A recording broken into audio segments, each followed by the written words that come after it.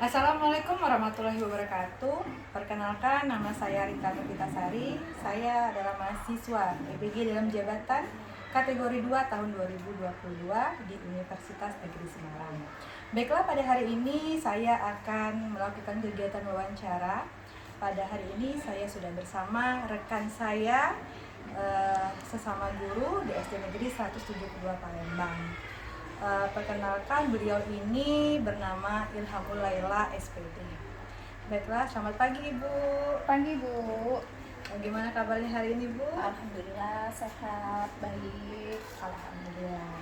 Baiklah Ibu, pada hari ini Ibu akan menjadi narasumber untuk saya pada hari ini.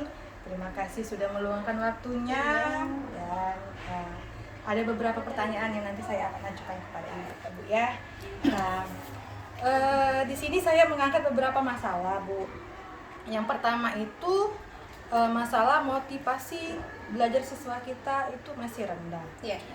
Pertanyaannya, bagaimana respon Ibu terhadap respon khususnya siswa kita saat pembelajaran berlangsung? Respon siswa kita pada saat berlangsung di kelas itu kebanyakan masih kurang aktif dalam pembelajaran di dalam kelas. Iya. Mereka lebih suka banyak bermainnya. Jadi mereka lebih banyak bermain daripada belajar. Iya. Ya, jadi mereka kurang Fokus. benar. Iya, Kurang fokus untuk belajar. Kemudian Ibu, apakah masih ada siswa kita yang belum memiliki motivasi belajar? Sebagian siswa masih belum memiliki motivasi untuk belajar. Iya, mereka masih minat belajar mereka itu masih rendah, masih kurang. Masih rendah. Jadi masih banyak ya Bu ya? Masih lumayan cukup banyak. Oke.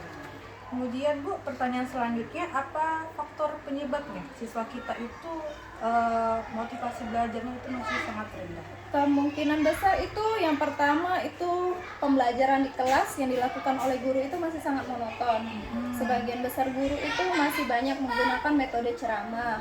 Jadi metode dan media pembelajaran yang digunakan oleh guru itu kurang menarik perhatian siswa. Dan juga kurangnya perhatian dari orang tua terhadap siswa, terhadap kemajuan belajar siswa di kelas. Karena orang tua kurang memperhatikan, Iya. jadi mereka juga tidak mendapatkan dukungan ya. Iya, Ada orang tua. sehingga motivasi mereka untuk belajar itu masih sangat rendah. Betul. Oke, terima kasih Ibu. Kemudian masalah selanjutnya yang saya angkat itu masalah siswa masih rendah dalam mengungkapkan ide, pendapat atau pikirannya baik lisan atau tulisan, khususnya itu pada pelajaran bahasa Indonesia dalam membuat pantun sendiri dengan tema yang sudah kita tentukan, terus lagi di dalam diskusi kelompok. Bagaimana, apakah menurut Ibu, apakah siswa kita itu sudah gemar membaca dan menulis Bu? Belum. Kebanyakan siswa kita itu belum gemar membaca dan menulis. Iya. Kebanyakan belum ya Bu ya. Kemudian apakah siswa kita itu sudah menyukai diskusi kelompok di dalam kelasnya? Nah, itu kebanyakan siswa di kelas itu kurang menyukai diskusi di dalam kelompok karena itu tadi mereka kurang gemar membaca maupun menulis. Oke, jadi kurang menyukai ya, belum menyukai. Kalau diajak diskusi di kelas. Ya, oke. Kemudian apakah siswa kita itu sudah berani mengungkapkan ide, pendapat atau pikiran itu secara lisan ataupun secara tulisan? Belum. Siswa kita ketika diajak diskusi di dalam kelas kebanyakan masih malu-malu, takut menyampaikan pendapatnya. Iya, dia tidak bisa mengungkapkan pendapatnya menggunakan kata-katanya sendiri. Jadi mereka tuh juga belum terlalu aktif Bu ya kalau kita ajak diskusi kelompok. Kemudian menurut Ibu, faktor-faktor apa saja yang membuat siswa kita itu belum bisa mengungkapkan idenya, pendapat atau pikirannya baik lisan maupun secara tertulis? Faktor terbesar sih takut ya, takut, malu mengungkapkan pendapatnya, terus kurang memahami apa yang dibahas, terus juga keterampilan dia ketika membaca dan menulis, dan siswa itu kebanyakan itu tidak tanggung jawab terhadap tugas yang kita berikan. Iya. Tidak tanggung jawabnya bagaimana Bu? Ketika diajak diskusi, ketika kita suruh untuk menyampaikan pendapat, mereka malu-malu, mereka takut, malah kebanyakan diskusinya tidak berjalan. lebih banyak dia Diam. aktif ya Bu Tidak ya. aktif Kalau di kita kelas. ajak diskusi kelompok, kita minta pendapat, mereka masih bingung, Masih bingung. cenderung diam. Iya. Iya. Oke. Kemudian selanjutnya itu masalah pembelajaran matematika, Bu. Kita tahu kan kalau kelas 5 itu banyak tentang bahas matematika, itu tentang soal cerita. Ya. Nah, di sini yang saya angkat itu masalah memahami soal cerita khususnya pada pembelajaran Denga dan Skala.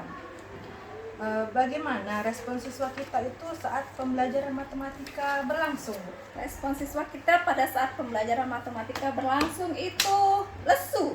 Lesu yang pertama, lesu. Iya. Mereka menganggap matematika itu sulit. Jadi ketika Sulit. mau belajar matematika, ya sudah itu. Benar. Jadi mereka itu sudah males duluan ya Bu. Nah. Bagaimana mereka mau suka pelajaran matematika kalau mereka saja menganggap matematika itu hal yang rumit. Jadi cenderung mereka itu tidak suka.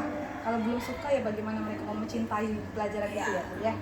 Kemudian alasan siswa kita itu susah memahami soal cerita. Itu apa? Terutama di soal cerita. Iya, soal cerita. Kayak yang sudah kita bahas tadi, mereka itu keterampilan dalam membacanya masih sangat kurang.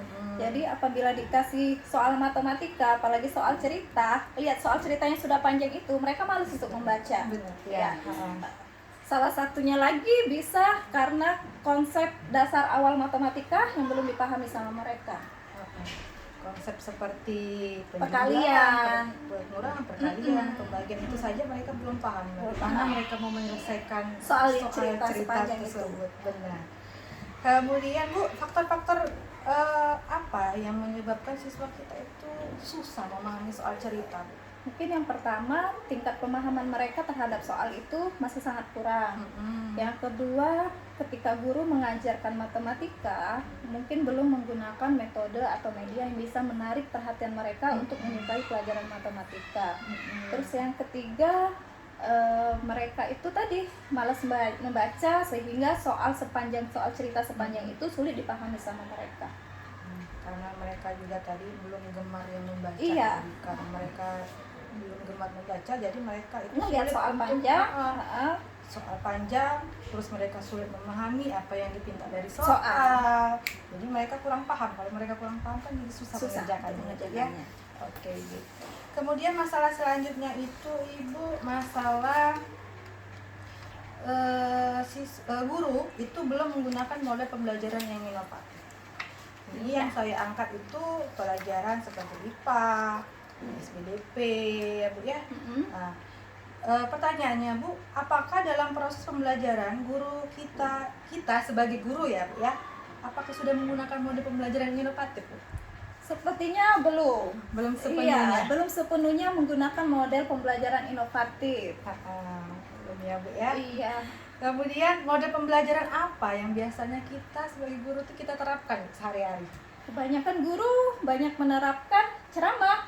Kadang-kadang sih diskusi, tapi diskusi itu kalau materi pelajarannya yang bisa diajak diskusi sama siswa. Kayak kita bilang tadi, siswa juga susah diajak untuk diskusi. Tidak aktif. Iya, tidak aktif, kurang aktif.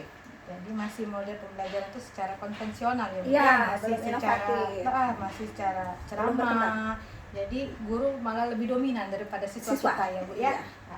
Kemudian Bu, menurut Ibu mengapa kita sebagai guru itu belum menggunakan model pembelajaran yang inovatif Bu? Mungkin guru kurang memahami ya bagaimana model pembelajaran inovatif tersebut.